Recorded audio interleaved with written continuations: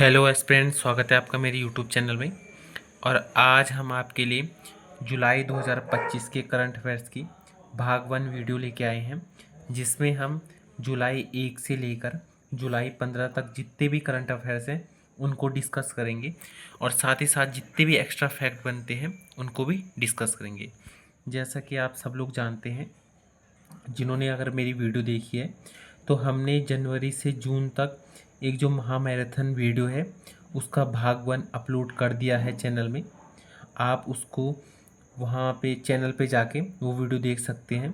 जल्दी हमारा जो जनवरी से जून 2025 तक जो भाग 2 की वीडियो है वो जल्दी आ जाएगी, जिससे कि जो हमारा जनवरी से जून तक जो भी करंट अफेयर्स है और जो भी उसके साथ एक्स्ट्रा फैक्ट बनते हैं वो आपको यूट्यूब चैनल में मिल जाएगी, जिससे कि आपका जो करंट अफेयर्स है 2025 का वो मजबूत हो जाएगा।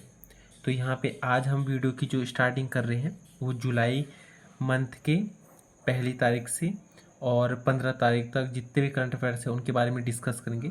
तो आज का जो हमारा पहला करंट अफेयर्स है वह है देश की सबसे लंबी दोहरी रेल सुरंग का निर्माण कार्य हुआ पूरा। तो जैसा कि आप जानते हैं, जो ऋषिकेश कर्णप्रयाग रेलवे परियोजना है उसके तहत जो देवप्रयाग में स्थित देवप्रयाग और जो जनासू के बीच में 14.58 किलोमीटर जो लंबी जो दोहरी रेल सुरंग का जो निर्माण है वह पूरा हो गया है। जैसे कि आप सब लोग जानते हैं, उत्तराखंड में ऋषिकेश और कर्णप्रयाग जो रेलवे परियोजना है उसका निर्माण अभी चल रहा है। तो इसके तहत जो देवप्रयाग और जो जनासू के बीच में जो सबसे बड़ी जो 14.58 किलोमीटर जो दोहरी रेल सुरंग है उसका निर्माण कार्य पूरा हो गया है। जो इस परियोजना में कुल 13 स्टेशनों का निर्माण किया जाएगा। आपने अगर मेरी जो जनवरी से जून तक की जो करंट अफेयर्स की भाग 1 अगर वीडियो देखी है तो उसमें हमने मेंशन कर दिया है ऋषिकेश कर्णप्रयाग रेलवे परियोजना के पूरे बारे में कि कितने किलोमीटर की रेलवे परियोजना है, कब इसका निर्माण कार्य शुरू हुआ था, कितने इस पर रेलवे स्टेशन है, A to Z हमने फैक्ट उसमें कवर कर लिए थे। तो यहाँ पे केवल हमने यही डिस्कस करना है कि जो देवप्रयाग और जनासू के बीच में जो 14.58 किलोमीटर जो दोहरी रेल सुरंग है, यह देश की सबसे लंबी जो दोहरी रेल सुरंग है।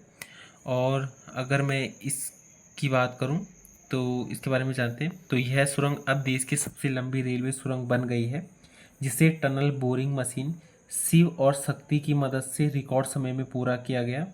RVNL के परियोजना निदेशक राकेश अरोड़ा ने बताया कि TBM शिव ने 820 दिनों में सुरंग का काम पूरा किया, जबकि TBM शक्ति ने 851 दिनों में पहली सुरंग बनाकर 16 अप्रैल 2025 को यह उपलब्धि हासिल की थी।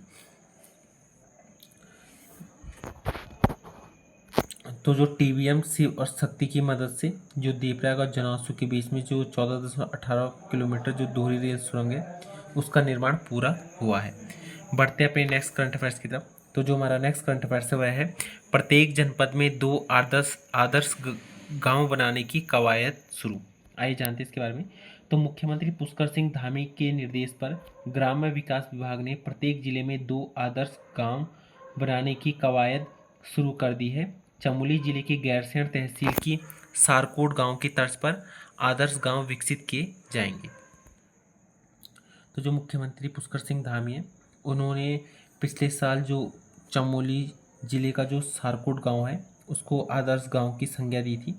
अब इसी की कवायद पर जो उत्तराखंड के 13 जिले हैं वहाँ पे हर जिले में 2-2 आदर्श गांव बनाने की कवायद शुरू हो गई है। देखिए, जैसे कि यहाँ पे लिखा हुआ भी है कि सचिव ग्राम्य विकास राधिका झा ने सभी जिलों के जिलाधिकारियों और मुख्य विकास अधिकारियों को चयनित 2 गांवों के समग्र विकास के लिए प्रस्ताव बनाने के निर्देश दिए हैं। नवंबर 2024 को गैरसैंण में मुख्यमंत्री ने सारकोट को आदर्श गांव बनाने की घोषणा की थी। तो अगर आपसे पूछा जाएगा कि मुख्यमंत्री द्वारा सबसे पहले किस गांव को आदर्श गांव बनाने की जो घोषणा की गई थी, तो वह सारकोट गांव चमोली जो जिले में स्थित है उसको सबसे पहले आदर्श गांव बनाने की घोषणा मतलब उसकी की गई थी। और अब प्रत्येक जिले में दो आदर्श गांव बनाने की कवायद शुरू हो गई है। आइए जानते हैं। तो अटल आदर्श जो ग्राम योजना है, इसकी अगर शुरुआत की बात करें तो इसकी शुरुआत उत्तराखंड में 2009 ईस्वी में प्रारंभ हुई थी। और इसका जो उद्देश्य है वह गाँवों का समग्र विकास करना है। बढ़ते अपने नेक्स्ट करंट अफेयर्स की तरफ। तो हमारा नेक्स्ट करंट अफेयर्स है, नंदा राजा यात्रा पर आने वाले पुलों का होगा ऑडिट। यहाँ पे जो मेन हमारा इंपॉर्टेंट पॉइंट है, यहाँ पे हमारा मेन इंपॉर्टेंट पॉइंट है नंदा राजा यात्रा, जो हर चमोली ज़िले में हर 12 साल बाद आयोजित होती है। तो उसी के बारे में कहा गया है। यहाँ पे कुछ इंपॉर्टेंट फैक्ट है कि नंदा देवी राजा यात्रा 1886 में शुरू हुई थी और हर 12 वर्षों के बाद यह यात्रा होती है। 2014 के बाद 2026 में यह यात्रा होनी है, यानी अगले साल नंदा राजा यात्रा शुरू होगी। और पिछली बार 2014 में ये यात्रा कराई गई थी। आइए जानते हैं नंदा राजा यात्रा के बारे में। तो जो नंदा राजा यात्रा है, यह सबसे लंबी धार्मिक पैदल यात्रा है जो कि 280 किलोमीटर की यात्रा है। अगर इसमें पड़ाव की बात करें तो इसमें कुल 19 पड़ाव होते हैं और यह 20 दिनों में की जाती है। अगर हम इसकी और फैक्ट के बारे में बात करें तो जो 12वें वर्ष में यह आयोजित की जाती है। और इससे पहले मतलब अब तो 2026 में होगी यह यात्रा, लेकिन इससे पहले 2014 में हुई थी यह यात्रा और उससे पहले 2000 में ये यात्रा हुई थी। अगर हम 2014 में बात करें तो 18 अगस्त से या 6 सितंबर 2014 को यह यात्रा हुई थी। अगर हम नंदा राजा यात्रा के बारे में बात करें तो जो नंदा है, यह जो उत्तराखंड वासी है, इसको अपनी बेटी की विदाई के स्वरूप में यह यात्रा करते हैं। और अगर इसकी और फैक्ट के बारे में बात करें तो जो नंदा राजा यात्रा है, इसकी शुरुआत सालीपाल ने इसकी शुरुआत की थी और 7वीं सदी में इसकी शुरुआत की थी। और जो कनकपाल हैं, उन्होंने इस यात्रा को भव्य बनाया। यानी कि अगर शुरुआत की बात करें तो शुरुआत तो सालीपाल ने की, और अगर इसको भव्य बनाने की बात करें तो इसको भव्य कनकपाल ने बनाया था। 1790 में गोरखों ने यह यात्रा बंद करा दी थी। 1790 में जो गोरखे थे उन्होंने यह यात्रा बंद करा दी। यह दोबारा 1820 में सुदर्शन शाह ने फिर से यह यात्रा शुरू करवाई थी। अगर इसके और फैक्ट की बात करें तो इसमें जो जब यात्रा चलती है तो उसके आगे जो लोग हैं वह छतोली लिए चलते हैं। छतोली एक प्रकार की छतरी टाइप की होती है जो कि रिंगाल और भोजपत्र से बनाई जाती है। अब हम इसके पड़ाव की बात करें कि जो इसमें 19 पड़ाव है तो वह कौन कौन से पड़ाव हैं। तो जो ये यात्रा है यह नौटी गांव से शुरू होती है। अगर हम इसके पहले पड़ाव की बात करें तो इसका पहला पड़ाव है ईड़ा बदानी, जो कि जो नंदा माँ है उनका ननिहाल भी है। अगर हम और फैक्ट के बारे में बात करें तो जो ईड़ा बदानी है वहीं पर ओलेश्वर महादेव मंदिर भी है। अगर हम इसके दूसरे पड़ाव की बात करें तो जो इसका दूसरा पड़ाव है यह नौटी गांव है और नौटी गांव में ही उफराई देवी मंदिर है। अगर यहाँ पे कुछ इम्पोर्टेंट नोट के बारे में बात करें तो इसके बारे में इम्पोर्टेंट जो नोट्स हैं वह है दिखलौनी धार, जो नंदा देवी माई का अंतिम बार यहाँ से दिखाई देता है। यानी जो इसका दूसरा पड़ाव है नौटी गांव, तो जहाँ पे उफराई देवी का मंदिर है यहीं पर एक जगह है दिखलौनी धार, वहाँ पे नंदा देवी का माई का अंतिम बार दिखाई देता है। अगर हम इसके चौथे पड़ाव की बात करें तो इसका चौथा पड़ाव है सैम, जिसको सिमतौली धार भी कहा जाता है। तो नंदा देवी को यहाँ पे श्रृंगार किया जाता है, यानी जो उसका चौथा पड़ाव है सिमतौली धार, वहाँ पे नंदा देवी का श्रृंगार किया जाता है।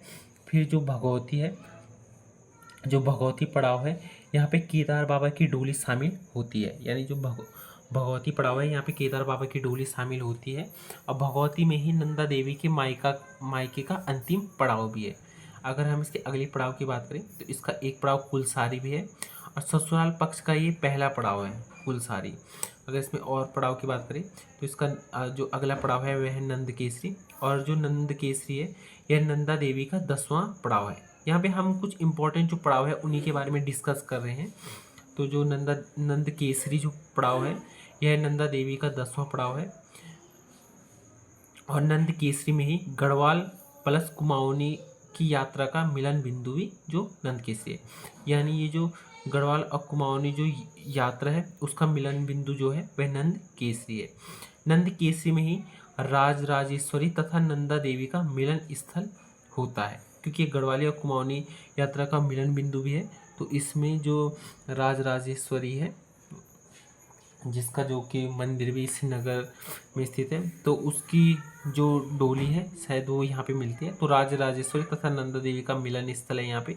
और नंद केसरी में ही नौटी गांव प्लस कुरुड़ गांव की डोली का मिलन स्थल भी। यह नंद केसरी में ही नौटी गांव और जो कुरुड़ गांव की डोली है वह आके मिलती है। फिर इसके नेक्स्ट पार्ट की बात करें तो नेक्स्ट पार्ट है मुंदोली। मुंदोली में ही जयपाल मंदिर है और भूमिपाल मंदिर है।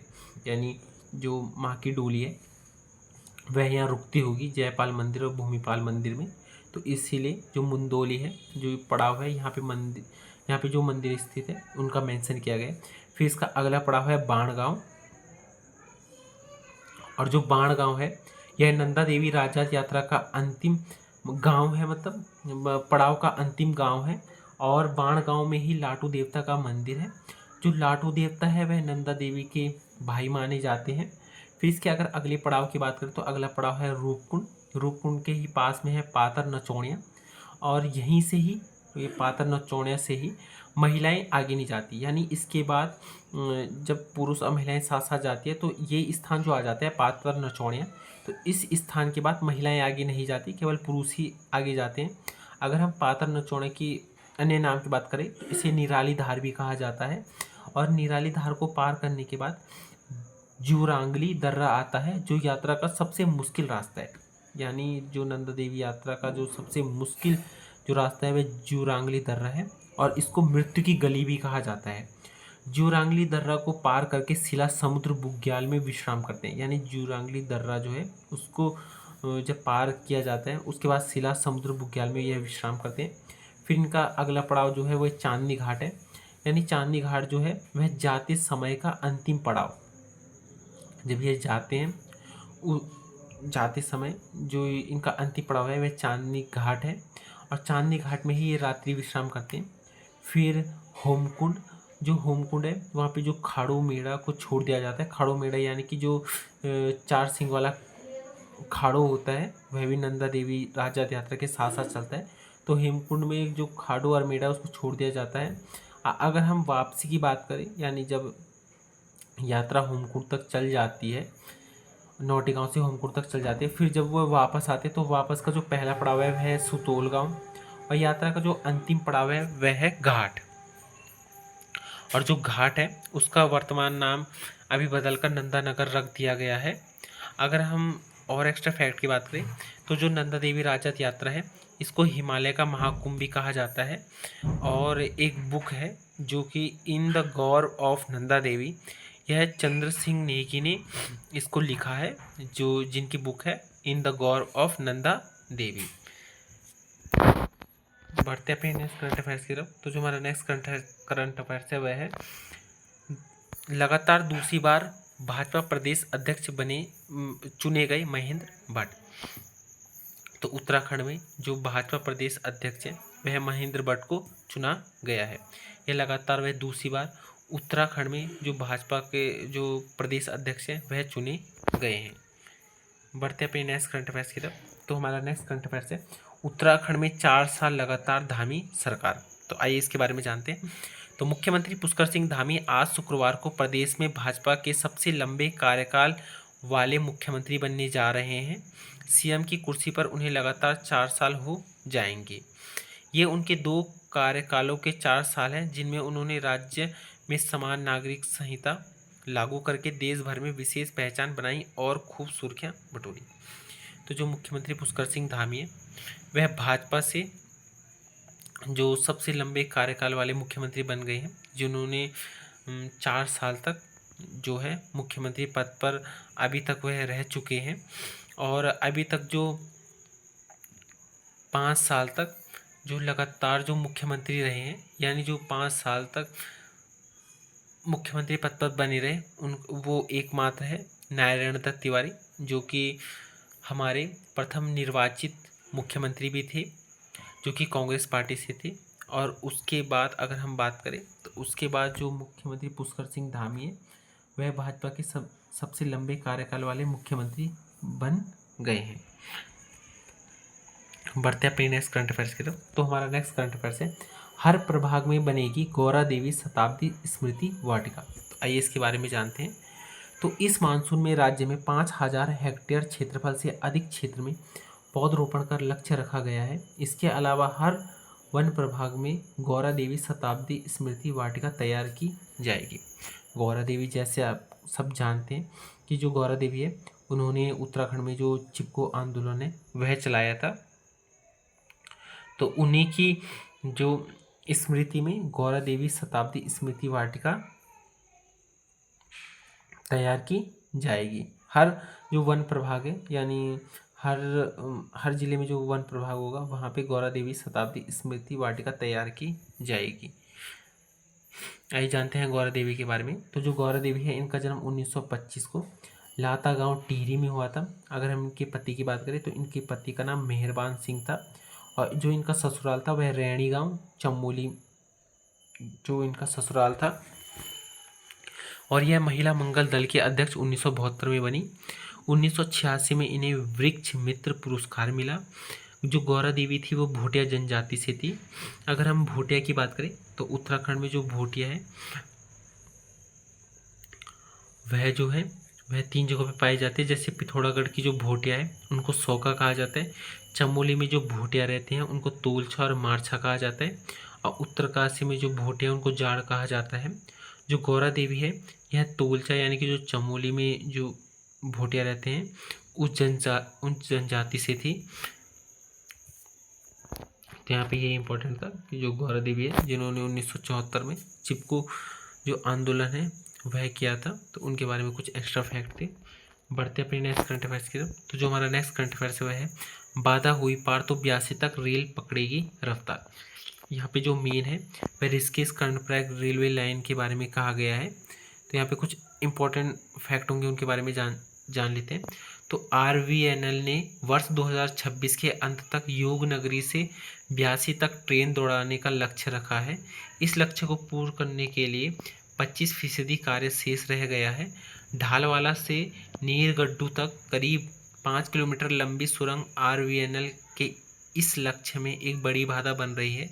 मेन बाउंड्री थ्रस्ट के कारण सुरंग के इस क्षेत्र की भूगर्भीय स्थिति काफ़ी जटिल है, जिससे खुदाई कार्य में देरी हो रही है। ऋषिकेश कर्णप्रयाग रेलवे परियोजना की पहली सुरंग ढालवाला से शिवपुरी तक है। इस सुरंग की खुदाई कार्य 2 हिस्सों में किया जा रहा है। पहला हिस्सा ढालवाला से नीरगड्डू और दूसरा हिस्सा नीरगड्डू से शिवपुरी है। दूसरे हिस्से की खुदाई जो कार्य है वह पूर्ण हो चुका है, जबकि पहले हिस्से की खुदाई का कार्य चल रहा है। लेकिन ढालवाला से नीरगड्डू के बीच MBT खुदाई में बाधा बन रही है, यानी जो मेन बाउंड्री थ्रस्ट है वह बाधा बन रही है। इस सुरंग की खुदाई का कार्य वर्ष 2021 में शुरू किया गया। अब तक 4 किलोमीटर सुरंग की खुदाई हो पाई है। RVNL के अधिकारियों का कहना है कि योग नगरी से 82 तक ट्रेन दौड़ाने के लिए मात्र अब 25% कार्य शेष रह गया है। 75% कार्य पूर्ण हो चुका है। योग नगरी से 82 तक 3 पुल ढालवाला, शिवपुरी और गुलर हैं, जिनका निर्माण कार्य पूर्ण हो चुका है। सुरंगों की खुदाई का कार्य भी केवल 1 किलोमीटर शेष रह गया है। ट्रैक बिछाने के लिए लाइनिंग का कार्य गतिमान है। परियोजना प्रबंधन का कहना है कि मार्च 2026 तक सभी ब्रेक थ्रू कर लिए जाएंगे। तो यहाँ पे कुछ हमारे इंपॉर्टेंट थे। जानते हैं कि जो 13 रेलवे स्टेशन है वह कौन कौन से। तो जो पहला रेलवे स्टेशन है वह है वीरभद्री। दूसरा रेलवे स्टेशन की बात करें तो जो दूसरा रेलवे स्टेशन है वह है योगनगरी। तीसरा है शिवपुरी। चौथा है ब्यासी, यहाँ पे लिख रखे हैं, मेंशन कर रखे। पांचवा है देवप्रयाग, फिर है जनासू, फिर है मलेथा, फिर है श्रीनगर, फिर है धारी देवी, फिर है तिलड़ी, फिर है घोलती, फिर है गौचर और फिर है कर्णप्रयाग। जो कर्णप्रयाग में जो रेलवे स्टेशन है वह सिवई रेलवे स्टेशन है। यहाँ पे कुछ इम्पोर्टेंट फैक्ट हैं, उनको डिस्कस कर लेते हैं। जैसे कि यहाँ पे जो है, जो भारत की सबसे लंबी 14 किलोमीटर रेलवे सुरंग देवप्रयाग जो जानोसी इसी परियोजना में है। अभी हमने थोड़ी ऊपर पहले बात भी की थी इसकी। जो सिवाई स्टेशन होगा, क्योंकि आखिरी स्टेशन है कर्णप्रयाग में, यह सबसे बड़ा स्टेशन होगा। तो परियोजना में सबसे बड़ा रेलवे स्टेशन कर्णप्रयाग सिवाई है। इस स्टेशन पर 26 ट्रैक होंगे। यहाँ पहले 22 ट्रैक बनाए जाने थे। स्टेशन के सामरिक महत्व को देखते हुए यहाँ 4 ट्रैक और बढ़ाए गए हैं। यहाँ अतिरिक्त निर्माण कार्य के लिए 611 करोड़ की निविदा भी जारी की गई है। यहाँ पे कुछ इम्पोर्टेंट है कि जैसे जो 125 किलोमीटर लंबे ट्रैक का 83% हिस्सा सुरंगों के भीतर गुजरेगा। यानी जो 125 किलोमीटर है उसका 83 जो फीसदी जो हिस्सा है वह सुरंगों से गुजरेगा।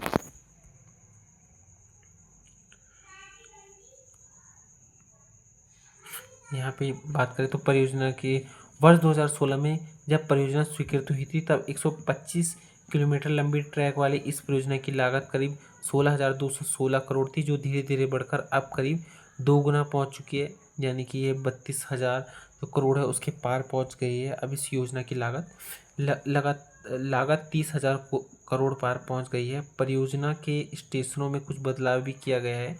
साथ ही सामग्री की कीमतों में भारी बढ़ोतरी हुई है, जिससे भी लागत बढ़ी है। पूर्व परियोजना का कार्य पूर्ण होने का लक्ष्य 2025 रखा गया था, कि लगातार इसका लक्ष्य जो बढ़ रहा है, लगातार इस दिशा में काम हो रहा है, जो ऋषिकेश कर्णप्रयाग रेलवे परियोजना है। आइए जानते हैं नेक्स्ट करंट अफेयर्स। तो जो हमारा नेक्स्ट करंट अफेयर्स है वह है, फसलों को वन्य जीवों से बचाने के लिए तैयार होगा कवच। तो आइए जानते हैं क्या है। तो वन्य जीवों से खेती को बचाने के लिए बिल गेट्स फाउंडेशन मदद करेगा और टाटा कंज्यूमर प्रोडक्ट्स लिमिटेड फसलों को अच्छे दाम पर खरीदेगा। साथ ही दोनों राज्य के किसानों को अच्छी फसल और उसकी बिक्री के लिए तकनीक और पैकेजिंग के गुण सिखाएंगे।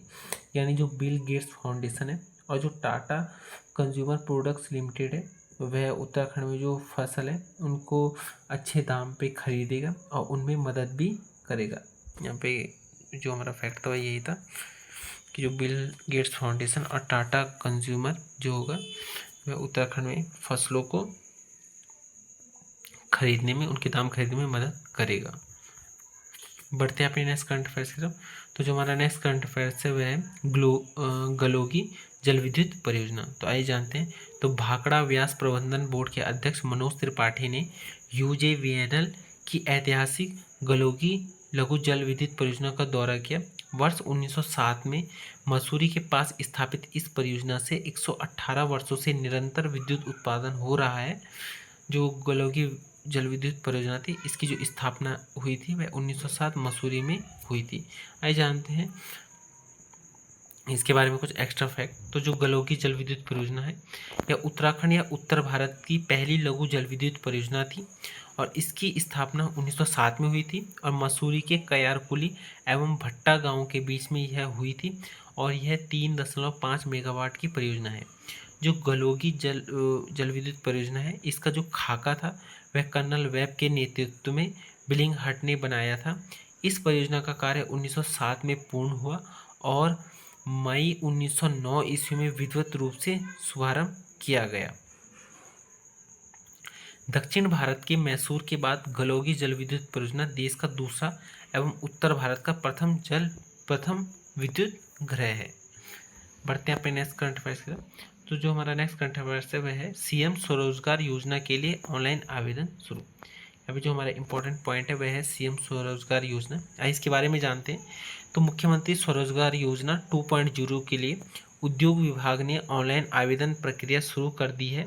प्रदेश सरकार ने चालू वित्तीय वर्ष में इस योजना से 10,000 लोगों को रोजगार उपलब्ध कराने का लक्ष्य रखा है। बीते माह प्रदेश सरकार ने मुख्यमंत्री स्वरोजगार योजना व मुख्यमंत्री स्वरोजगार योजना अति सूक्ष्म योजनाओं को मर्ज कर मुख्यमंत्री स्वरोजगार योजना 2.0 लागू की थी। यह योजना 2030 तक प्रभावी रहेगी। यानी जो मुख्यमंत्री स्वरोजगार योजना 2.0 है, यह कब तक प्रभावी रहेगी? 2030 तक। अगर इसमें और एक्स्ट्रा फैक्ट की बात करें तो योजना के तहत विनिर्माण क्षेत्र में परियोजना लागत 25 लाख, सेवा क्षेत्र के लिए 10 लाख व अन्य सूक्ष्म व्यवसाय के परियोजना लागत 2 लाख तक निर्धारित की गई है। सूक्ष्म व्यवसाय के लिए 2 लाख ऋण पर सरकार 25 से 30% सब्सिडी दी जाएगी।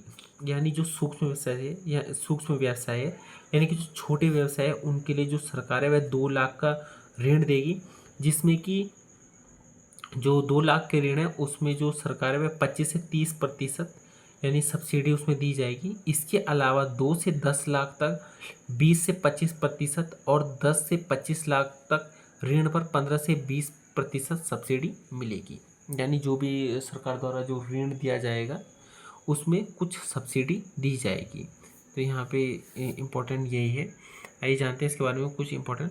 तो मुख्यमंत्री जो स्वरोजगार योजना है इसकी अगर शुरुआत की बात करें तो इसकी शुरुआत 28 मई 2020 को की गई। इस योजना के तहत प्रवासी उत्तराखंडियों को स्वरोजगार के प्रति प्रोत्साहित करना है। और अगर हम मुख्यमंत्री स्वरोजगार योजना 2.0 की बात करें तो इसकी शुरुआत 2025 में की गई थी। और अगर हम इसमें आयु की बात करें कि इसमें कितने आयु की जो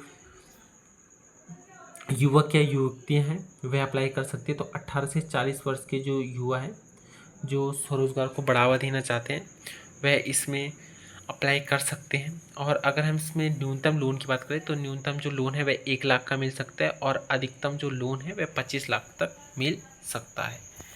बढ़ते अपने नेक्स्ट करंट अफेयर्स की तरफ। तो जो हमारा नेक्स्ट करंट अफेयर्स है वह है कुप्रबंधन का शिकार है अभ्यारण्य व नेशनल पार्क। तो आइए जानते हैं उत्तराखंड में अस्कोट वन्यजीव अभ्यारण्य खराब श्रेणी में पहुंचा, नंदा देवी पार्क भी एक श्रेणी नीचे उतरा। तो यहाँ पे जो हमारे कुछ अभ्यारण्य हैं उत्तराखंड के उनकी जो स्थिति है वह खराब श्रेणी में पहुंच गई है, जिसमें कि अस्कोट जो वन्यजीव अभ्यारण्य है उसका नाम शामिल है। तो राज्य के कुल भूभाग का 45.44% हिस्सा वनाच्छादित होने और 7500 से अधिक वन कर्मियों के बावजूद उत्तराखंड में अभ्यारण्य और नेशनल पार्क कुप्रबंधन का शिकार है। करोड़ों का बजट लेकर वन महकमा बुनियादी जरूरतें भी पूरी नहीं कर रहा है। नतीजन अस्कोट वन्यजीव अभ्यारण्य खराब श्रेणी में पहुंच गया है। यानी जो अस्कोट वन्यजीव अभ्यारण्य है वहाँ पे जो इम्पोर्टेंट चीज़ होनी चाहिए थी वह नहीं हो रही है, जिसकी वजह से वह जो अभ्यारण्य है वह खराब श्रेणी में पहुंच गया है। नंदा देवी पार्क की स्थिति भी एक श्रेणी और गिरी है। बाकी नेशनल पार्कों और अभ्यारण्यों की स्थिति भी बहुत अच्छी नहीं है। तो यहाँ पे जो हमारा इम्पोर्टेंट है वह हमारा यही है कि जो अस्कोट वन्यजीव अभ्यारण्य और जो गंगोत्री जो नंदा देवी जो पार्क है उनकी जो स्थिति है वह पहले से ठीक नहीं है। पार्कों की स्थिति जो वहाँ पे पार्क होने चाहिए थे जिस हिसाब से उनकी स्थिति बढ़िया नहीं है, तो उसके बारे में जानते हैं। आइए जानते हैं। तो जो अस्कोट वन्यजीव अभ्यारण्य है अगर हम इसकी स्थापना की बात करें तो इसकी स्थापना 1986 में हुई थी और यह 600 किलोमीटर स्क्वायर में फैला है। अगर हम इसके क्षेत्र की बात करें तो इसका क्षेत्र पिथौरागढ़ है और अस्कोट वन्यजीव अभ्यारण्य जो कि पिथौरागढ़ में स्थित है यहाँ सबसे ज़्यादा कस्तूरी मृग पाए जाते हैं। अगर हम जो अस्कोट की बात करें खाली अस्कोट की तो 1279 में अस्कोट की स्थापना अभयपाल ने की। अगर हम अस्कोट की राजधानी की बात करें तो अस्कोट की राजधानी लखनपुर थी और अस्कोट में ही राजाओं के लिए रजवार कहा जाता था। अस्कोट में मतलब राजाओं के लिए रजवार कहा जाता है। और अस्कोट तथा टिहरी में कुली बेगार प्रथा समाप्त नहीं हुई थी। यानी जब कुली बेगार प्रथा उत्तराखंड में समाप्त हुई थी तो अस्कोट और टिहरी ही एकमात्र जो ऐसे टिहरी तो उस टाइम पे रियासत थी, तो लेकिन जो अस्कोट और टिहरी था वहाँ कुली बेगार प्रथा समाप्त नहीं हुई थी। यहाँ पे जो हमारा दूसरा पार्क है जिसकी स्थिति ठीक नहीं थी वह थी नंदा देवी राष्ट्रीय उद्यान। इसके बारे में जानते हैं। तो नंदा देवी राष्ट्रीय उद्यान की स्थापना चमोली जिले में 6 नवंबर 1982 को हुई थी। अगर हम इसके प्राचीन नाम की बात करें तो इसका प्राचीन नाम था संजय गांधी नेशनल पार्क। जो नंदा देवी राष्ट्रीय उद्यान है इसका अगर क्षेत्रफल की बात करें तो इसका जो क्षेत्रफल है 624 वर्ग किलोमीटर है और इसका जो मुख्यालय है वह जोशीमठ में स्थित है। जो नंदा देवी राष्ट्रीय उद्यान है इसको 1988 में यूनेस्को ने विश्व धरोहर घोषित किया और जो नंदा देवी क्षेत्र में जो आने वाला प्रथम व्यक्ति था वह डब्लू गार्डन 1883 में आया था। अगर हम उत्तराखंड के प्रमुख वन्यजीव विहार की बात करें तो उत्तराखंड में जो प्रमुख वन्यजीव विहार या अभयारण्य है वह कुल 7 हैं, और अगर हम नेशनल पार्क की बात करें तो वह 6 हैं। तो अभी हम अभयारण्य के बारे में बात करते हैं कि उत्तराखंड में कौन सा अभयारण्य है, उसकी स्थापना कब हुई थी, उसका क्षेत्रफल कितना है और वह किस जनपद में स्थित है। तो इसमें सबसे पहला जो है वह है गोविंद वन्यजीव विहार, जिसकी स्थापना 1955 में हुई थी। अगर हम इसके क्षेत्रफल की बात करें तो इसका क्षेत्रफल है 485.9 किलोमीटर स्क्वायर और यह उत्तरकाशी जनपद में स्थित है।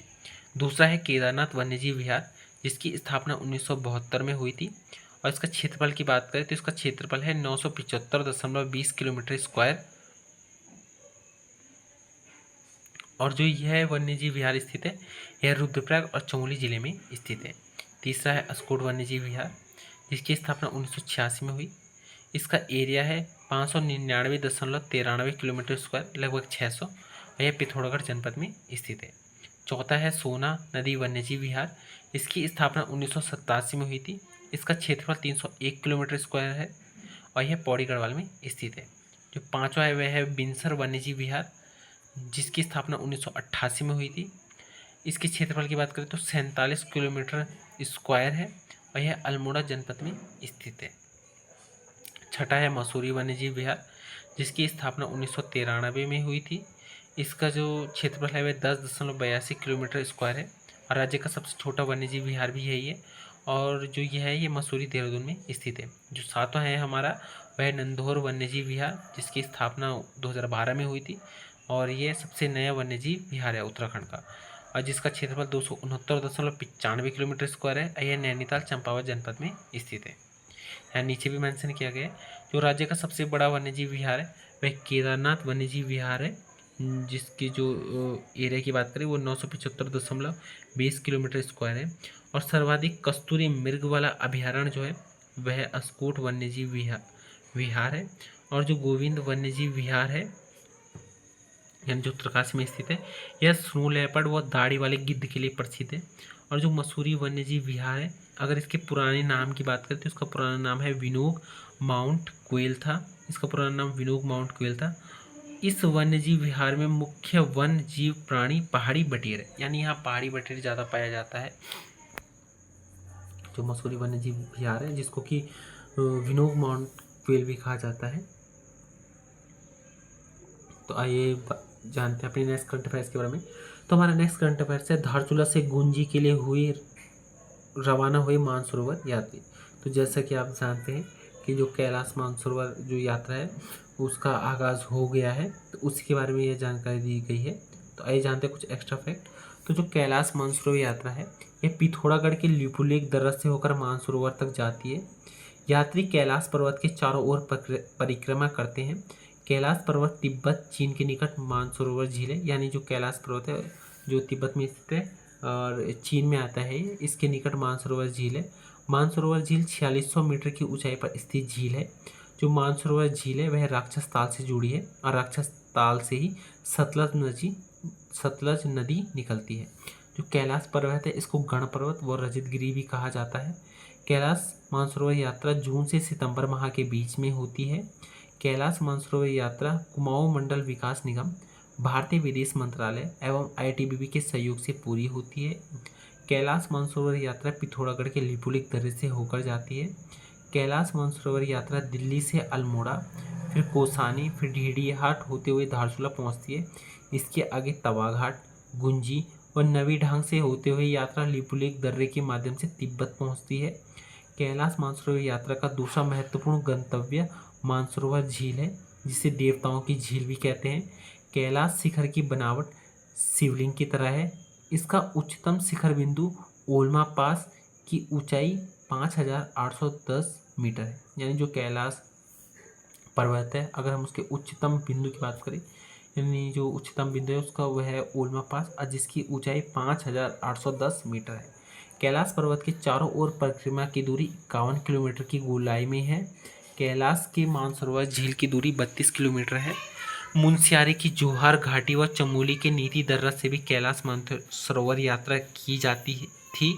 1981 में लिपुलेख दर्रे के माध्यम से यात्रा करने की चीन सरकार से सहमति बनी थी। कैलाश मानसरोवर यात्रा में राज्य का जो अंतिम पड़ाव है वह नवीढांग है। आदि कैलाश के दर्शन जोलिंग कांग तथा ओम पर्वत के दर्शन नवीढांग से किए जाते हैं। इस यात्रा के यात्रियों की शारीरिक जांच Delhi heart and lungs institute के द्वारा की जाती है। तो यहाँ पे हमने कुछ इम्पोर्टेंट फैक्ट जाने कैलाश मानसरोवर यात्रा के बारे में। बढ़ते अपने नेक्स्ट करंट अफेयर्स की तरफ। तो जो हमारा नेक्स्ट करंट अफेयर्स है पर्यटन विकास से आबाद होगा जादूंग गांव। तो जो उत्तरकाशी जिले का जो जादूंग गांव है उसको आबाद किया जाएगा। यहाँ पे यानी कि वहाँ पे जो है वह पर्यटन को बढ़ावा दिया जाएगा। तो उसी के लिए जो उत्तरकाशी का जो जादूंग गांव है इसको आबाद किया जाएगा और इसको पर्यटन के यहाँ मतलब पर्यटन का विकास किया जाएगा। 1962 में जो भारत चीन का युद्ध हुआ था उसमें यह गांव खाली हो गया था और अब इस गांव को पर्यटन के लिए विकसित किया जा रहा है। तो आपके पास क्वेश्चन आएगा कि उत्तरकाशी का निम्नलिखित से कौन सा ऐसा गांव है जिसको जहाँ मतलब पर्यटन का विकास किया जा रहा है, जो सीमावर्ती गांव है, तो वह है जादूंग गांव। बढ़ते अपनी नेक्स्ट करंट अफेयर्स की तरफ। तो जो हमारा नेक्स्ट करंट अफेयर्स है वह है मेहरा गांव में मिली दुर्लभ ताम्र मानवाकृति मूर्ति। तो आइए जानते हैं। तो भीमताल नैनीताल में उत्तर सिंधु सभ्यता काल की करीब 3500 साल पुरानी ताम्र मानवाकृति भीमताल के मेहरा गांव से मिली। घर के पीछे खुदाई के समय मजदूरों को यह मूर्ति मिली है। पद्मश्री पुरातत्ववेत्ता डॉक्टर यशोधर मठपाल ने इसके उत्तर सिंधु सभ्यता काल में होने का दावा करते हुए इसे ऐतिहासिक बताया है। कुछ दिन पहले मेहरा गांव के समाज सेवी वीरेंद्र सिंह मेहरा के घर के पीछे खुदाई के समय मानवाकृति मिली। इसके ऐतिहासिक होने की उन्हें कोई जानकारी नहीं थी। उन्होंने पुरातात्विकविद डॉक्टर यशोधर मठपाल को इसकी जानकारी दी, जिस पर उन्होंने मूर्ति का बारीकी से अध्ययन किया। डॉक्टर मठपाल के मुताबिक मूर्ति की शैली से यह उत्तर सिंधु सभ्यता काल की 3500 साल पुरानी ताम्र मानवाकृति है। मूर्ति तांबे की बनी है। मूर्ति जंग से काली पड़ी हुई है। तो यानी कि जो भीमताल नैनीताल में जो 3500 साल पुरानी ताम्र जो मानवाकृति मिली है वह कहाँ से मिली है? भीमताल के जो मेहरा गांव है वहाँ से मिली है। बढ़ते हैं अपनी नेक्स्ट करंट अफेयर्स की तरफ।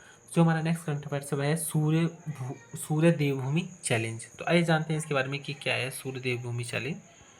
तो जो सूर्य देवभूमि चैलेंज है यह भारतीय सेना सीमांत इलाकों में साहसिक खेलों और विकास को बढ़ावा देने के मकसद से इस कार्यक्रम को आयोजित इसका किया गया। यह जो सूर्य देवभूमि चैलेंज है यह एक साइकिल रैली इसमें निकाली गई। अगर हम इसके शुभारंभ की बात करें तो इसका शुभारंभ नीलांग घाटी उत्तरकाशी से इसका शुभारंभ किया गया और इसका समापन त्रिजुगी नारायण रुद्रप्रयाग में किया गया। जो यह साइकिल रैली है ये 110 किलोमीटर की एक साइकिल रैली है और इसमें सेना और नागरिकों के लगभग 150 सदस्यों ने भाग लिया। बढ़ते अपने नेक्स्ट करंट अफेयर्स की तरफ। तो जो हमारा नेक्स्ट करंट अफेयर्स है श्रीनगर में बन रहे रेलवे स्टेशन का नाम होगा रानीहाट नेथाना। हमने अभी ऋषिकेश कर्णप्रयाग रेलवे जो रेल परियोजना है उसके बारे में जाना है।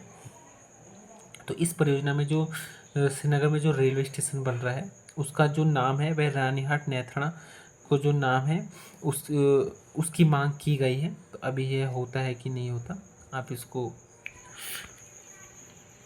भविष्य में देखेंगे, लेकिन आप ये याद रखिएगा कि अगर भविष्य में कभी भी क्वेश्चन बनता है कि जो रानीहाट नेथाना रेलवे स्टेशन है वह कहाँ है तो वह श्रीनगर में स्थित है। यहाँ पे पर्टिकुलर एक जगह है रानीहाट, उसी के नाम पे यहाँ पे स्टेशन का नाम जो है वह मांग किए रखने की लोगों ने। बढ़ते अपने नेक्स्ट करंट अफेयर्स की तरफ। तो जो हमारा नेक्स्ट करंट अफेयर्स है उत्तराखंड को मिलेंगे 455 करोड़। तो केंद्र सरकार ने उत्तराखंड समेत बाढ़ और भूस्खलन प्रभावित 6 राज्यों के लिए 1066.80 करोड़ की राशि को मंजूरी दी है। इसमें उत्तराखंड के लिए 455.60 करोड़ राज्य आपदा मोचन निधि से केंद्र हिस्से के रूप में मंजूर दिए गए हैं। ये हमारे ज़्यादा कुछ इंपॉर्टेंट नहीं था। जो बढ़ते हैं हमारे नेक्स्ट करंट अफेयर्स की तरफ। तो जो हमारा नेक्स्ट करंट अफेयर्स वह है ढोंगी भेषधारियों के खिलाफ चलेगा ऑपरेशन कालनेमी। तो आइए जानते हैं कि क्या है ऑपरेशन कालनेमी। तो धामी सरकार ने कांवड़ यात्रा के ठीक पहले राज्य के भीतर सनातन धर्म के नाम पर ढोंगी, फर्जी और छद्म भेषधारकों के खिलाफ ऑपरेशन कालनेमी चलाने का फैसला किया है। यानी जो जितने भी जो ढोंगी साधु होते हैं या जो फर्जी साधु बनकर जो जितने भी उत्तराखंड में जो तीर्थ स्थलों में आते हैं, तो उनके खिलाफ जो धामी सरकार है उन्होंने ऑपरेशन कालनेमी चलाया है। मुख्यमंत्री ने स्पष्ट कहा है कि धार्मिक भेष में जनता को ठगने वाले, विशेष रूप से महिलाओं को निशाना बनाने वाले फर्जी साधु संतों की पहचान कर कड़ी कार्रवाई करें। तो इसमें यही है कि जो फर्जी जो साधु हैं उन पे जो है धामी सरकार ने ऑपरेशन कालनेमी चलाया है। आइए जानते हैं उत्तराखंड के प्रमुख ऑपरेशन। तो जो इसमें कुछ प्रमुख ऑपरेशन है उत्तराखंड के जो अभी तक चलाए गए हैं। तो सबसे पहला ऑपरेशन है ऑपरेशन लगाम। आइए जानते हैं क्या है ऑपरेशन लगाम। तो गढ़वाल मंडल में पर्यटक स्थल, तीर्थ स्थल पर हुड़दंग रोकने हेतु ऑपरेशन लगाम चलाया गया। दूसरा ऑपरेशन है, यानी जो ऑपरेशन या मिशन है, मिशन ओजस। तो मिशन ओजस राज्य में कुपोषण को कम करने के लिए चलाया गया। तीसरा जो ऑपरेशन है वह है ऑपरेशन बॉम्बे बकेट। तो जंगलों में लगने वाली आग को बुझाने के लिए ऑपरेशन बॉम्बे बकेट चलाया गया। फिर है ऑपरेशन सद्भावना। तो ऑपरेशन सद्भावना है भारतीय सेना द्वारा सीमावर्ती क्षेत्रों में लोगों से समन्वय स्थापित करने हेतु ऑपरेशन सद्भावना चलाया गया। फिर है ऑपरेशन क्रैकडाउन। तो यूएस नगर में पुलिस ने गुंडों व अपराधियों से निपटने हेतु ऑपरेशन क्रैकडाउन चलाया है। फिर है ऑपरेशन जिंदगी। तो सिलक्यारा सुरंग, यानी जो सिलक्यारा सुरंग हादसा हुआ था उत्तरकाशी में, उसमें फंसे मजदूरों को निकालने हेतु ऑपरेशन जिंदगी चलाया गया था। फिर है ऑपरेशन हौसला। तो पुलिस द्वारा कोविड-19 के दौरान ऑपरेशन हौसला चलाया गया। फिर है ऑपरेशन पिंक। तो ऑपरेशन पिंक क्या है? तो महिलाओं के साथ छेड़छाड़ को रोकने हेतु ऑपरेशन पिंक चलाया गया। फिर है ऑपरेशन स्माइल। तो बच्चों, महिलाओं व वृद्ध व्यक्तियों को ढूंढने हेतु ऑपरेशन स्माइल चलाया गया। फिर है ऑपरेशन मुक्ति। तो भिक्षावृत्ति को रोकने हेतु ऑपरेशन मुक्ति चलाया गया है। फिर है ऑपरेशन मर्यादा। तो पर्यटक स्थल, नदी किनारे, मंदिर आदि पर हुड़दंगों को रोकने हेतु ऑपरेशन मर्यादा चलाया गया है। जो ऑपरेशन मर्यादा है ये पूरे उत्तराखंड में चलाया गया है। यहाँ पे जो हमने सबसे पहली बात की थी, जो ऑपरेशन लगाम है वह केवल गढ़वाल मंडल में ही चलाया गया है। तो इसका एक जो इम्पोर्टेंट पॉइंट है वो याद रखिएगा। फिर है ऑपरेशन प्रहार। तो भू माफिया के खिलाफ जो है वह ऑपरेशन प्रहार चलाया गया है। फिर है मिशन कोशिश। तो क्या है मिशन कोशिश? तो 1 से 12 तक के छात्र छात्राओं को पाठ्यक्रम का जो रिवीजन वह कराया जाएगा मिशन कोशिश के तहत। फिर है ऑपरेशन सूर्यहोप। तो केदारनाथ आपदा 2013 के दौरान ऑपरेशन सूर्यहोप चलाया गया था। एक है ऑपरेशन राहत। तो केदारनाथ आपदा 2013 में जो आपदा हुई थी, तो उसमें केवल वायुसेना ही के द्वारा जो चलाया गया ऑपरेशन था वह था ऑपरेशन राहत। और जो थल सेना, वायुसेना, एसडीआरएफ, एनडीआरएफ के सबने मिलकर जो चलाया था वह है ऑपरेशन सूर्य होप। जो नेक्स्ट ऑपरेशन है वह है ऑपरेशन ब्लू एंजल। तो मालपा आपदा जो 1998 को पिथौरागढ़ में हुई थी, तो वहाँ पे ऑपरेशन ब्लू एंजल चलाया गया था। फिर है ऑपरेशन सत्य। तो नशा तस्करों के जो खिलाफ है वह ऑपरेशन सत्य चलाया गया है। फिर है ऑपरेशन पहाड़। तो चीन और नेपाल में यदि भारत का अगर भविष्य में युद्ध होता है तो जो उत्तराखंड की पुलिस है वह सेना की मदद करेगी। तो इसके लिए ऑपरेशन पहाड़ चलाया गया। फिर है मिशन गौरा शक्ति। तो पुलिस बालिकाओं की आत्मरक्षा के लिए स्कूल और कॉलेजों में भी उनको प्रशिक्षण शिविर लगाएगी और उनको या जूडो या कोई भी हैंड टू हैंड कॉम्बैट होती है तो उसके लिए वो प्रशिक्षण देगी। तो इसीलिए जो सरकार है उत्तराखंड यानी पुलिस है उनके द्वारा मिशन गौरा शक्ति चलाया गया। बढ़ते अपने नेक्स्ट करंट अफेयर्स की तरफ। तो जो हमारा नेक्स्ट करंट अफेयर्स है मिशन एप्पल योजना पर किसानों को मिलेंगी 60% सब्सिडी। तो जिला के काश्तकारों की मिशन एप्पल योजना के तहत उद्यान विभाग आय बढ़ाने में सहयोग करेगा। इसके लिए विभाग तैयारी में जुट गया है। सेब की बागवानी के क्षेत्र में कार्य करने वाले काश्तकारों को 60% की सब्सिडी मिलेगी। यानी जो मिशन एप्पल योजना जिसकी शुरुआत की थी उसमें जो उत्तराखंड के किसान हैं जो सेब की खेती करते हैं तो उनको 60% सब्सिडी मिलेगी। तो आइए जानते हैं जो मिशन एप्पल योजना है। तो उत्तराखंड की जो पहली सेब नीति है वह 2023 में बनी और जो मिशन एप्पल योजना है इसके तहत 60% सब्सिडी दी जाएगी। बढ़ते अपने नेक्स्ट करंट अफेयर्स की तरफ। तो जो हमारा नेक्स्ट करंट अफेयर्स वह है आदर्श मॉडल है गुजरात की सहकारी दुग्ध प्रणाली। तो गुजरात की सहकारी दुग्ध प्रणाली देश के लिए आदर्श मॉडल है, यह कहना है सहकारिता मंत्री डॉक्टर धन सिंह रावत का। उन्होंने यह बात गोधरा में दुग्ध सहकारी संस्थाओं के निरीक्षण के दौरान कही। यहाँ पे इंपॉर्टेंट कुछ करंट अफेयर्स नहीं है, ये मेंशन हो गया होगा। बढ़ते हैं, जो हमारा नेक्स्ट करंट अफेयर्स है वह है कांवड़ मेला 2025। तो जो कांवड़ मेला 2025 है इसकी शुरुआत तो हो चुकी है, और जो कांवड़ मेला 2025 है यह जो है हरिद्वार में आयोजित किया जा रहा है।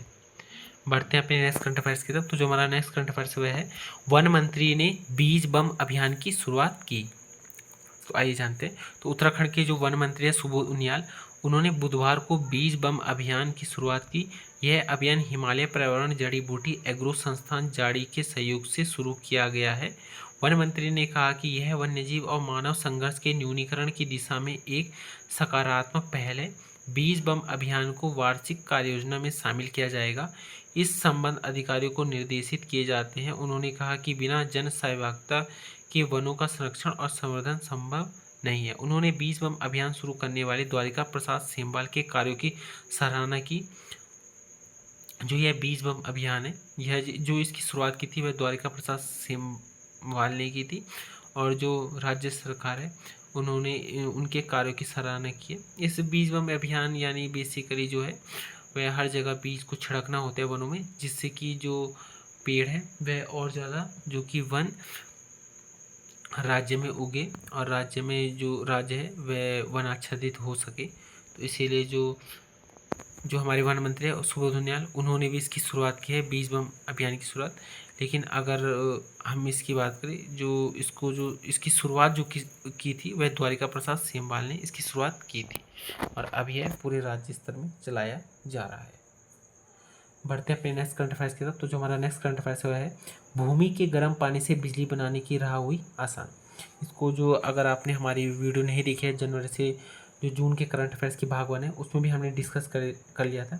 जो उत्तराखंड सरकार है वह जो आइसलैंड देश है उसके साथ एक एमओ पर हस्ताक्षर किया गया था भूतापीय ऊर्जा से संबंधित। तो वही उसी के बारे में यहाँ पे बताया गया है कि उत्तराखंड की धरती से के गर्म पानी से बिजली बनाने की राह आसान हो गई है। आइसलैंड के वैज्ञानिकों के अध्ययन के बाद अब सरकार ने भूतापीय ऊर्जा परियोजनाओं को उद्योगों का दर्जा देते हुए इसकी नीति पर मुहर लगा दी है। वर्तमान में 40 भूतापीय ऊर्जा के स्थान चिन्हित किए गए हैं। यहाँ पे कुछ जैसे चमोली जिले के बद्रीनाथ और तपोवन क्षेत्र में भूतापीय ऊर्जा स्थलों की पहचान की गई है, और कई स्थल हैं यहाँ पे। लेकिन जो हमने जो समझौता किया है वह आइसलैंड देश के साथ किया है। बढ़ते अपने नेक्स्ट करंट अफेयर्स की तरफ। तो जो हमारा नेक्स्ट करंट अफेयर्स है वह है जमरानी बांध। यहाँ पे बेसिकली जो जमरानी बांध है उसको बनाने का भी कार्य चल रहा है। तो आइए जानते हैं। तो जो जमरानी बांध है इसका शिलान्यास नारायण दत्त तिवारी जो कि उत्तराखंड के प्रथम निर्वाचित मुख्यमंत्री भी हैं, उन्होंने 1976 में किया था। जो नैनीताल के हल्द्वानी में गोला नदी पर प्रस्तावित परियोजना है। यहाँ पे अगर हम गोला नदी की लंबाई की बात करें तो यह 102 किलोमीटर लंबी है। जो नारायण दत्त तिवारी इनको विकास पुरुष भी कहा जाता है, याद रखिएगा ये भी। बढ़ते हैं अपने नेक्स्ट करंट अफेयर्स की तरफ। तो नेक्स्ट हमारा करंट अफेयर्स है उत्तराखंड के उत्पादों को मिलेगा बाजार, मजबूत होगी ग्रामीण अर्थव्यवस्था। तो जो यहाँ पे मुख्यमंत्री धामी ने नई दिल्ली में किया हाउस ऑफ हिमालयस आउटलेट का उद्घाटन। यहाँ पे हाउस ऑफ हिमालय से जो उत्तराखंड के जो ब्रांड है यानी हिमालय ब्रांड उनको एक मंच पर प्रस्तुत करने के लिए हाउस ऑफ हिमालय जो एक ब्रांड है उसकी शुरुआत की गई है। आइए जानते हैं इसके बारे में।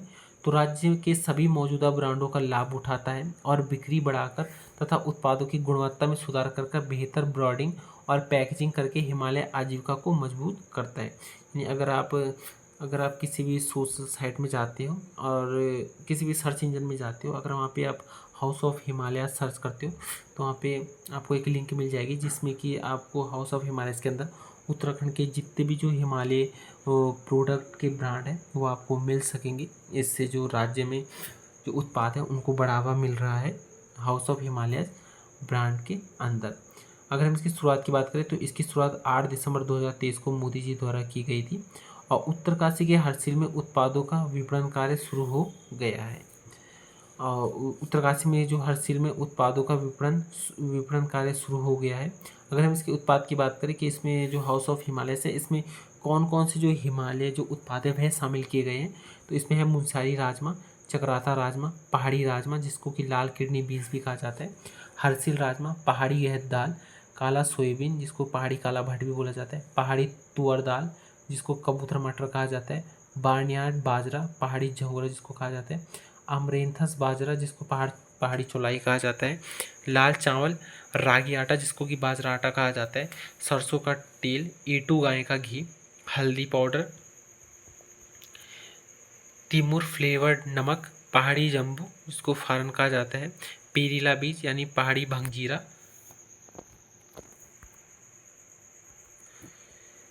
जंगली सरसों के बीज यानी पहाड़ी जखिया, पुदीना स्वाद वाला नमक, रागी बिस्कुट, बार्नयार्ड बाजरा बिस्कुट, रेडोडेंड्रोन चाय जिसको जंगली बुरांस चाय कहा जाता है, पहाड़ी काढ़ा जिसको ट्यूमेरिक हर्बल मिक्स भी कहा जाता है, जंगली बिच्छू घास की चाय, जंगली वन शहद, हिमालयन टी टाइम गिफ्ट, प्रमाणिक हिमालय उपहार बॉक्स, हिमालयन मिश्रित हर्बल इन्फ्यूज़न और शहद संग्रह बॉक्स, हिमालयन नेचर का अमृत संग्रह बॉक्स, हिमालयन हेरिटेज नमक और मसाला संग्रह बॉक्स, रेडोड्रोन के साथ बटर ट्री साबुन जिसको कि च्यूरो ऑयल साबुन भी कहा जाता है, खुबानी तेल, हल्दी के साथ बटर ट्री साबुन, बिछुआ और वुडास के साथ बटर ट्री साबुन तुलसी के साथ, टिमरू डी हिमालय परफ्यूम, हिमालय टोपी जिसको पहाड़ी टोपी कहा जाता है, मेरिनो वूल और टसर सिल्क स्टॉल। ये कुछ जो उत्पाद है उनको हाउस ऑफ हिमालयस ब्रांड के अंतर्गत शामिल किया गया है। अभी हाल ही में अगर आपने लोअर पीसेज या अपर पीसेज का जो जिसका भी एग्ज़ाम दिया हो उसमें जो पर्टिकुलर इसमें उत्पादों के नाम भी पूछे गए थे, तो उसमें 3 तो ऐसे उत्पाद थे जो कि हाउस ऑफ हिमालयस ब्रांड के अंदर रखे गए हैं, लेकिन एक उत्पाद उसमें से ऐसा था जिसको कि नहीं रखा गया था। तो इसलिए मैंने जितने भी उत्पाद है इसमें टोटल 36-37 जितने होंगे उनको मैंने डिस्कस कर दिया है आपके सामने। बढ़ते अपने नेक्स्ट करंट अफेयर्स की तरफ। तो जो हमारा नेक्स्ट करंट अफेयर्स है वह है देवीधुरा मेला क्षेत्र में पॉलीथीन और थर्मोकोल रहेगा प्रतिबंध।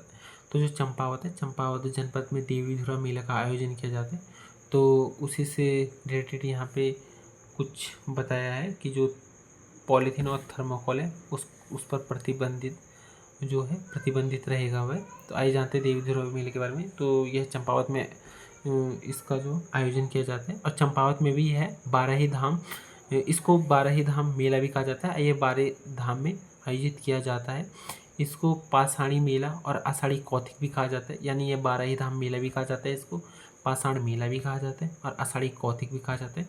और यह लगता कहाँ पे? चंपावत की बाराही धाम में लगता है। जो देवीधुरा मेला है इसमें 4 टीमें बनती है। 4 टीमें बनती है उसमें है, पहली है लमगड़िया, दूसरी है चमयाल, तीसरी है बालिक और चौथी है गहड़वाल। जो लमगड़िया है वह उत्तरी टीम का नेतृत्व करती है, जो चमयाल है वह दक्षिणी टीम का नेतृत्व करती है, जो बालिंग है वह पश्चिमी टीम का, और जो गढ़वाल है वह पूर्वी टीम का नेतृत्व करती है। अब ये आपने प्रीवियस ईयर के एग्ज़ाम दिए होंगे, तो उसमें यह जो 4 टीमों के नाम है यह पूछे गए थे, तो आप इसको इम्पोर्टेंट मार्क करके याद कर सकते हैं।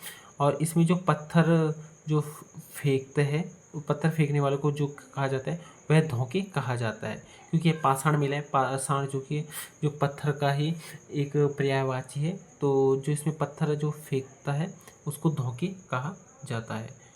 बढ़ते अपने नेक्स्ट करंट अफेयर्स की तरफ। तो जो हमारा नेक्स्ट करंट अफेयर्स है गैरसैंण में 19 अगस्त को होगा मानसून सत्र। तो जो 3 सत्र आयोजित किए जाते हैं साल में, तो जो सबसे बड़ा सत्र होता है मानसून सत्र, उसका जो इस बार आयोजन होगा वह गैरसैंण, जो कि उत्तराखंड राज्य की ग्रीष्मकालीन राजधानी है, वहाँ आयोजित होगा। जो विधानसभा का जो मानसून सत्र है वो गैरसैंण में इस बार आयोजित होगा। बढ़ते अपने नेक्स्ट करंट अफेयर्स की तरफ। तो जो हमारा नेक्स्ट करंट अफेयर्स है वह है प्रदेश में लगाए जा चुके 2 लाख से ज़्यादा स्मार्ट मीटर। तो जो उत्तराखंड सरकार द्वारा जो स्मार्ट मीटर है वही लगाए जा रहे हैं। अब पायलट प्रोजेक्ट के तौर पर यह सबसे पहले देहरादून में ही जो स्मार्ट मीटर है वह लगाए जा रहे हैं। तो यहाँ पे कुछ ज़्यादा इंपॉर्टेंट है नहीं, यहाँ पे ये इंपॉर्टेंट है कि जो स्मार्ट मीटर है वह सबसे पहले पायलट प्रोजेक्ट के तहत किस जनपद में लगाए जा रहे हैं, तो वह देहरादून में लगाए जा रहे हैं। बढ़ते अपने नेक्स्ट करंट अफेयर्स की तरफ। तो जो हमारा नेक्स्ट करंट अफेयर्स है इतना इंपॉर्टेंट नहीं है। प्रदेश के 2645 गाँवों को सड़कों से जोड़ने का लक्ष्य। तो उत्तराखंड सरकार द्वारा 2000 जो 645 गाँव हैं उनको जो है सड़कों से जोड़ने का लक्ष्य रखा गया है। यहाँ पे जितना ज़्यादा इम्पोर्टेंट नहीं है। बढ़ते अपने नेक्स्ट करंट अफेयर्स की तरफ। तो जो हमारा नेक्स्ट करंट अफेयर्स है वह है हरेला पर एक दिन में 5 लाख पौधे लगा रिकॉर्ड बनाने की तैयारी।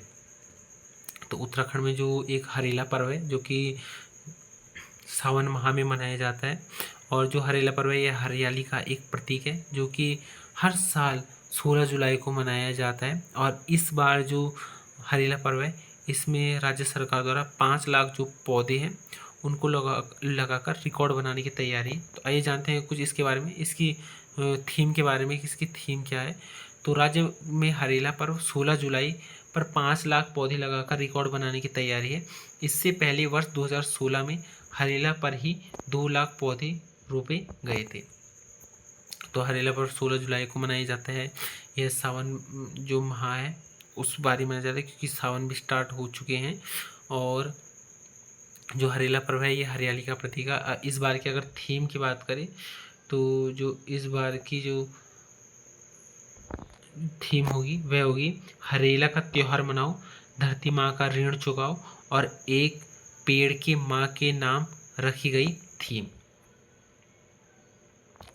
यानी जो इसकी थीम है ये जो है हरेला का त्योहार मनाओ, धरती माँ का ऋण चुकाओ और एक पेड़ के नाम की जो इसकी थीम रखी गई है। तो यहाँ पे एक बड़ी थीम है, इसको आप याद कर सकते हो। बाकी हरेला पर मैंने आपको समझा दिया कि एक हरियाली का प्रतीक है और राज्य में इस अवसर पर जो है जगह जगह जो पौधे हैं वह लगाए जाते हैं हरियाली को बढ़ावा देने के लिए। बढ़ते अपने नेक्स्ट करंट अफेयर्स की तरफ। तो जो हमारा नेक्स्ट करंट अफेयर्स है वह है लैटाना कैमरा का इस्तेमाल बायोमास के रूप में होगा। तो CSIR भारतीय पेट्रोलियम संस्थान ने लैटाना कैमरा बायोमास पैलेटाइजेशन का प्रदर्शन परीक्षण कार्यक्रम किया। तो आइए जानते हैं कि क्या है लैटाना कैमरा, इसके बारे में। तो लैटाना कैमरा एक छोटा सा पौधा है जिसमें फूल खिलता है। इसको फ्लोरिडा फ्लावर भी कहा जाता है। अगर इसके परिवार की बात करें तो इसका परिवार बरवेना परिवार है। अगर इसके अन्य नाम की बात करें यानी इसको पहाड़ी क्षेत्रों में क्या कहा जाता है तो इसको पहाड़ी क्षेत्रों में रामजनी, घनेरी और पंचफूली भी कहा जाता है। मैंने बताया कि ये एक प्रकार का पौधा है। और जो यह पौधा है जिसमें कि एक फूल खिलता है, यह पौधा ये इसमें थोड़ा थोड़ा मतलब कांटे भी होते हैं इसमें। और यह उत्तराखंड में एक आक्रामक खरपतवार है जो कि वन्यजीवों और वनस्पतियों के लिए हानिकारक है। यानी यह जब कहीं पे उगता है तो यह तेज़ी से फैलता है और आसपास के जितने भी खरपतवार है उनको नष्ट कर देता है। और जो यह वन्यजीवी और जो वनस्पति है उनके लिए काफ़ी ज़्यादा हानिकारक है लैटाना कैमरा। बढ़ते हैं फिर नेक्स्ट करंट अफेयर्स की तरफ। तो जो हमारा नेक्स्ट करंट अफेयर्स है वह है राज्य के खदान क्षेत्रों के लिए लागू की स्टार रेटिंग योजना। तो उत्तराखंड में जो राज्य सरकार है उन्होंने एक स्टार रेटिंग योजना की शुरुआत की है। जो स्टार रेटिंग योजना है यह खदान क्षेत्रों से संबंधित है। आपको ज़्यादा डिटेल्स नहीं जानी, आपको केवल इतना याद रखना है कि जो स्टार रेटिंग योजना है इसका संबंध खदान क्षेत्रों के लिए है। यहाँ पे थोड़ी सी अगर डिटेल्स के बारे में जान ले तो राज्य के खदान क्षेत्रों के लिए स्टार रेटिंग योजना लागू की गई है इसके माध्यम से पर्यावरण वन सुरक्षा उपायों में उत्कृष्ट करने वाले पट्टाधारकों को पुरस्कृत किया जाएगा। बढ़ते हैं अपने नेक्स्ट करंट अफेयर्स की तरफ। तो जो हमारा नेक्स्ट करंट अफेयर्स वह है उत्तराखंड में खुलेगा त्रिभुवन सहकारी विश्वविद्यालय का परिसर। तो आइए इसके बारे में जानते हैं। तो सहकारिता मंत्री डॉक्टर धन सिंह रावत ने उत्तराखंड में देश का पहला त्रिभुवन सरकारी विश्वविद्यालय का परिसर खोला जाएगा। इसके लिए राज्य सरकार की ओर से सभी औपचारिकताएं पूरी की जा रही है। तो यहाँ पे अभी यह खोला नहीं गया है, अभी खोला जाएगा। जब खोला जाएगा तब इसके बारे में डिस्कस करेंगे, ज़्यादा नहीं है। ये हमने अभी ऊपर डिस्कस कर ही लिया था रेलवे ऋषिकेश खंडप्रयाग रेलवे परियोजना है। अगर इसमें कुछ इंपॉर्टेंट फैक्ट है तो आप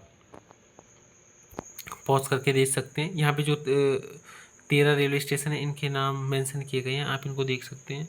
और इस परियोजना में कुल 19 पुल हैं, आप इसको भी याद कर सकते हैं। परियोजना में 16 सुरंगों में कुल 46 ब्रेक थ्रू होने हैं। यहाँ पे अगर आपको कुछ इम्पोर्टेंट मिलेगा तो आप उसको नोट कर सकते हैं। मैं यहाँ पे आप स्क्रीनशॉट ले सकते हैं। बढ़ते हैं अपने नेक्स्ट करंट अफेयर्स की तरफ। तो जो हमारा नेक्स्ट करंट अफेयर्स है ग्रामीण क्षेत्र के 5.60 लाख परिवारों की आजीविका बढ़ाने का लक्ष्य। ये जानते हैं। तो प्रदेश सरकार ने ग्रामोत्थान परियोजना, इसको ग्रामीण उद्यम वेग वृद्धि परियोजना से ग्रामीण क्षेत्र से के 5.60 लाख परिवारों की आजीविका बढ़ाने का लक्ष्य रखा है। अब तक परियोजना से 10,000 से अधिक परिवारों की आजीविका को सहारा मिला है। तो यहाँ पे बेसिकली जो ग्राम उत्थान परियोजना के बारे में बातचीत हो रही है, आइए जानते हैं इसके बारे में। तो जो ग्राम उत्थान योजना है, इसकी शुरुआत 2 जून 2022 को हुई थी और जो इसका उद्देश्य है वह किसानों की आय को दोगुना करना और पलायन को कम करना है। और अगर हम इसके पुराने नाम की बात करें तो इसका पुराना नाम था ग्रामीण उद्यम वेग वृद्धि परियोजना, और 2025 में इसका नाम जो बदल दिया गया है, अब इसका नाम है ग्राम उत्थान योजना।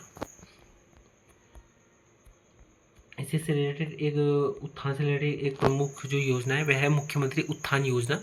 तो मुख्यमंत्री श्री पुष्कर सिंह धामी द्वारा इस योजना की घोषणा 20 फरवरी 2023 को में की गई। इसका उद्देश्य निर्धन प्रतियोगी छात्रों को निःशुल्क कोचिंग उपलब्ध कराना। इसके तहत IAS, PCS, NDA, CDS, medical, engineering एवं अन्य प्रतियोगी छात्राओं की निःशुल्क कोचिंग उपलब्ध कराई जाएगी। मुख्यमंत्री उत्थान योजना का संबंध तो शिक्षा से है, जिसकी शुरुआत 2023 में हुई थी, और इसमें जो छात्र हैं उनको निःशुल्क कोचिंग उपलब्ध कराना है। और जो ग्रामोत्थान योजना है यानी ग्राम के उत्थान के लिए योजना, यानी जो कृषि है उनके उत्थान के लिए योजना, यानी पलायन को कम करने के लिए योजना, वह 2022 में स्टार्ट की गई थी। और जो मुख्यमंत्री उत्थान है यह छात्रों के निःशुल्क कोचिंग से संबंधित है। बढ़ते हैं अपने नेक्स्ट करंट अफेयर्स की तरफ। तो जो हमारा नेक्स्ट करंट अफेयर्स है वह है 21 से चलेगा खसरा और रूबेला टीकाकरण अभियान। तो यहाँ पे इंपॉर्टेंट जान लेते हैं। तो उत्तराखंड को 2026 तक खसरा और रूबेला मुक्त राज्य बनाने के लिए 21 जुलाई को एक विशेष टीकाकरण अभियान चलाया जाएगा। यानी उत्तराखंड सरकार है उसको 2026 है तब तक खसरा और रूबेला मुक्त राज्य बनाने के लिए अभियान चलाया जा रहा है। यहाँ पे ज़्यादा इंपॉर्टेंट कुछ नहीं है, आप केवल वर्ष याद रखिए कि 2026 तक उत्तराखंड को रूबेला और खसरा मुक्त बनाया जाएगा। बढ़ते हैं अपने नेक्स्ट करंट अफेयर्स की तरफ। तो जो हमारा नेक्स्ट करंट अफेयर्स है वह है उत्तराखंड में बॉटल ब्रश की खेती देगी किसानों को दोहरा फायदा। तो आप कई शहरों में इस प्रकार के जो पेड़ हैं उनको देखते होंगे, जिसमें कि ये जो रेड रेड कलर के फूल हैं वह होते हैं। तो इन्हीं को ही इसकी खेती को बढ़ावा दिया जा रहा है, जिससे जो किसान हैं उनको फ़ायदा होगा। आइए जानते हैं इसके बारे में कुछ एक्स्ट्रा फैक्ट। तो जो बॉटल ब्रश है जिसका वैज्ञानिक नाम है कैलिस्टेमोने की खेती से किसानों को दोहरा मुनाफा होगा। इसकी पत्तियों से तेल और पूरे साल भर खिलने वाले फूलों से शहद का उत्पादन कर सकेंगे। पहली बार बॉटल ब्रश के कृषिकरण पर सगंध पौध केंद्र जो कि सिलोकोई में स्थित है में शोध किया जा रहा है। 1 हेक्टेयर भूमि पर पैदावार से 2.10 लाख तक आय प्राप्त हो सकती है। आमतौर पर सड़क किनारे, पार्क या घरों के बाहर फूलों से लदे बॉटल ब्रश के पौधे हर किसी को आकर्षित करते हैं, लेकिन इस पौधे की कई औषधीय गुण भी छिपे हुए हैं इसमें। देश के किसी भी राज्य में अभी तक बॉटल ब्रश के पौधों को सजावट के लिए लगाया जाता है। इसकी व्यावसायिक कृषिकरण नहीं होता है। सगंध पौध केंद्र जो सिलोकोई देहरादून में स्थित है पहली बार बॉटल ब्रश की खेती पर शोध कर रहा है। इसके बाद किसानों को इसकी खेती के लिए प्रोत्साहित किया जाएगा। यहाँ पे यही है कि जो बॉटल ब्रश है इसकी जो खेती है उसको प्रोत्साहित किया जाएगा। यहाँ पे कुछ इंपॉर्टेंट फैक्ट है इसके बारे में जान लेते हैं। जो बॉटल ब्रश है इसकी पत्तियों को आसवन कर तेल निकाला जाता है। वैज्ञानिकों के अनुसार इसकी पत्तियों में सिनियोल तत्वों की मात्रा अधिक होती है। फार्मा कंपनियों में इसका इस्तेमाल एंटीवायरस दवाइयों को केप बनाने में किया जाता है। बाजार में बॉटल ब्रश ऑयल की कीमत 1,000 रुपये प्रति लीटर तक है। ये जानते हैं बॉटल ब्रश के बारे में कुछ और एक्स्ट्रा फैक्ट। जो बॉटल ब्रश है इसको हिंदी में चील भी कहा जाता है, और जो यह पौधा है ऑस्ट्रेलिया मूल का निवासी है, यानी ऑस्ट्रेलिया मूल का पौधा है। अगर इसके वैज्ञानिक नाम की बात करें तो इसका वैज्ञानिक नाम है कैलिस्टेमोने, जो कि हमने ऊपर डिस्कस कर लिया था। यहाँ पे जो हमारा जो नेक्स्ट करंट अफेयर्स है वह है उत्तराखंड में बड़ा भूकंप आ सकता है। उत्तराखंड में हाल ही में आप देख रहे होंगे तो हल्के हल्के भूकंप के जो झटके वे महसूस हो रहे हैं। तो वैज्ञानिकों ने चिंता जताई कि उत्तराखंड में एक बड़ा भूकंप आ सकता है भविष्य में। तो आइए जानते हैं भूकंप से रिलेटेड उत्तराखंड के बारे में एक्स्ट्रा बात। जो उत्तराखंड है, जो उत्तराखंड में वनाग्नि, भूकंप, भूस्खलन, बाढ़, अतिवृष्टि और बादल फटना जैसे जो आपदाएं हैं वह होती रहती है। जो उत्तराखंड में जो भूस्खलन है उससे सबसे अधिक हानि होती है, यानी कि जो भूस्खलन है उससे सबसे अधिक हानि हो सकती है। लेकिन अगर उत्तराखंड में भूकंप से सबसे अधिक हानि हो सकती है, यानी सॉरी, यहाँ पे जो उत्तराखंड जो है उसमें भूस्खलन से सबसे अधिक हानि होती है। यानी अगर आप देखोगे तो हर साल जब बरसात का मौसम होता है तो उस समय उत्तराखंड में सबसे ज़्यादा भूस्खलन होता है और उत्तराखंड में सबसे अधिक हानि होती है। लेकिन अगर हम बात करें कि उत्तराखंड में जो सबसे अधिक हानि है वह किससे हो सकती है, क्योंकि आप जानते हैं कि जब भूकंप आता है, अगर 7 रिक्टर स्केल से आते हैं तो जो तबाही होती है वह बहुत भयानक होती है। तो उत्तराखंड में जो हानि होती है वह तो भूस्खलन से होती है सबसे अधिक हानि। लेकिन अगर हम भूकंप की बात करें तो भूकंप से सबसे अधिक हानि हो सकती है, यानी भूस्खलन से भी अधिक हानि हो सकती है भूकंप से। उत्तराखंड में सर्वाधिक भूस्खलन शिवालिक हिमालय में आता है। उत्तराखंड में जो आपदा प्रबंधन मॉडल है वह ऑस्ट्रेलिया से लिया गया है, और जो उत्तराखंड में जो परिवहन टूरिज्म का मॉडल है वह सिंगापुर से लिया गया है। यानी आपदा यानी ऑस्ट्रेलिया, और जो परिवहन का है वह सिंगापुर से लिया गया है। देश का पहला राज्य उत्तराखंड देश का पहला राज्य है जिसका आपदा मंत्रालय भी है। और अगर हम भूकंप की बात करें तो भारत में भूकंप के 5 जोन हैं। जो निम्नतम प्रभाव वाले भूकंप है वह 5 से कम है। जो निम्न प्रभाव वाले भूकंप है वह 5 से 6 के बीच में है। जो मध्यम प्रभाव वाले भूकंप है वह 6 से 7 के बीच में है। और जो अधिक प्रभाव वाले भूकंप है वह 7 से 9 है। और जो अत्यधिक प्रभाव वाले भूकंप है वह 9 से ज़्यादा, मतलब 9 रिक्टर स्केल से जो ज़्यादा होते हैं अत्यधिक प्रभाव वाले भूकंप होते हैं। उत्तराखंड में भूकंप के जोन 4 व 5 है, यानी उत्तराखंड को भूकंप के जोनों की दृष्टि से 4 व 5 पे रखा गया है। जो जोन 4 है उसमें उत्तरकाशी, टिहरी, देहरादून, यूएसनगर और नैनीताल आते हैं। और जोन 5 में पिथौरागढ़, चंपावत, चमोली, रुद्रप्रयाग, बागेश्वर और अल्मोड़ा आते हैं। अब पौड़ी और हरिद्वार एकमात्र ऐसे 2 जिले हैं जो भूकंप के किसी भी जोन में नहीं आते। आप जोन 4 में जितने भी जो जनपद हैं उनको याद कर लीजिएगा। और पौड़ी और हरिद्वार तो ऐसा है कि वहाँ कभी भी भूकंप नहीं आते, मतलब जो भूकंप की जोन में नहीं आते। भूकंप तो आते लेकिन भूकंप के जोन में नहीं आते, मतलब वहाँ इतना बड़ा भूकंप होना भविष्य में ना के बराबर है। जो उत्तराखंड में जो है भूकंप के लिए 3 भूकंप वहाँ पे स्टेशन बनाए गए हैं। पहला देहरादून, दूसरा टिहरी, तीसरा है गरुड़ चमोली।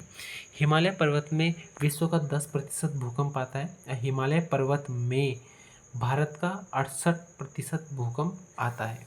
भारत में हिमालय राज्य 11 थे, लेकिन जम्मू कश्मीर को यूटी बना दिया गया है।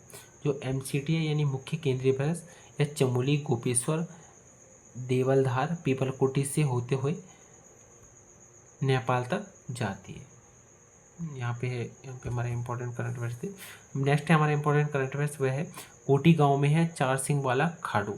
तो जो अगले साल जो नंदा देवी जो राजरथ यात्रा होनी है उसके लिए जो 4 सिंह वाला जो खाडू है, जो नंदा देवी राजरथ यात्रा में आगे आगे चलता है, तो वह कोटी गांव से मिला है। तो आप देख सकते हैं यहाँ पे इसके, अगर आपको साफ में दिख रहा हो तो यहाँ पे इसके 4 सिंह आए हुए हैं। 2 छोटे छोटे से आए हैं, इसके कान के पास में आए हुए हैं।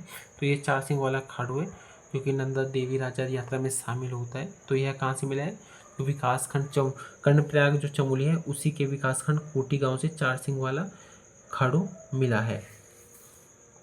इसका जन्म 5 साल पहले ही हुआ था। बढ़ते अपने नेक्स्ट करंट अफेयर्स की। तो जो हमारा नेक्स्ट करंट अफेयर्स है, प्रारंभिक चरण में 14 संकटग्रस्त प्रजातियां शामिल। उत्तराखंड के कुछ जो प्रमुख पौधे हैं जो कि संकटग्रस्त प्रजातियों में शामिल हुए हैं।